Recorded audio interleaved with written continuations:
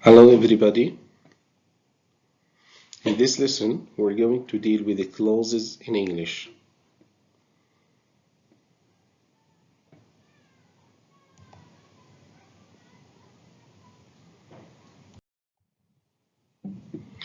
Clauses in English language.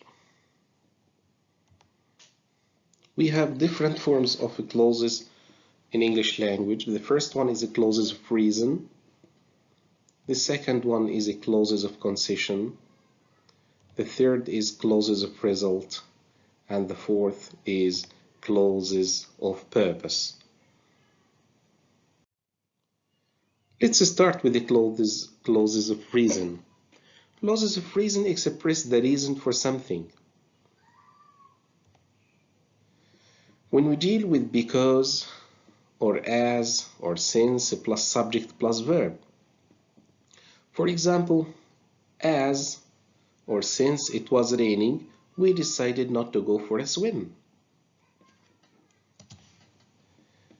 Because of or due to plus noun or ing form. For example, the pollution in this city is because of or due to the heavy traffic. Due to plus the fact plus that plus a clause. For example, Jack didn't get the job due to the fact that he had no previous experience. Let's come to the second one, is clauses of concession. We use clauses of concession to express contrast or opposition to the main clause. When we use although or even though, they should be followed by subject and verb. For example, although or even though he was hungry, he didn't take the last piece of cake. When we use in spite of or despite, they should be followed by noun or ing form. What?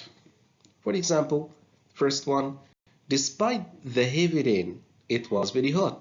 So, despite is followed by a noun, the heavy rain.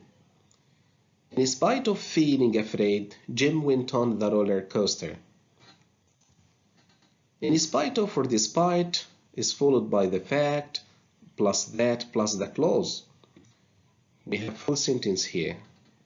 He went running in spite of or despite the fact that he had a terrible headache. The third one is a clauses of result. We use a clauses of result to express the result of an action or a conclusion. When we use so, it should be followed by an adjective or adverb plus that and complement. For example, he was so bored that he left before the end of the film.